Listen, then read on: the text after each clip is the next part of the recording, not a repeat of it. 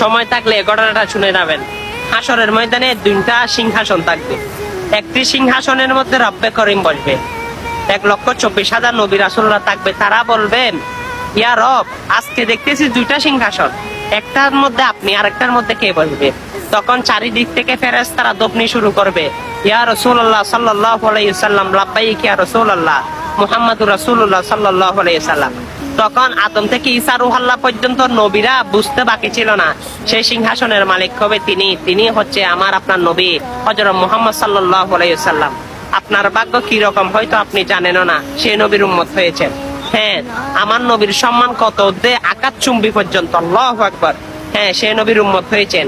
সে নবীর উম্মত যেহেতু হয়েছেন, 10টি পৃথিবীর সমান একটি জান্নাত আপনার জন্য।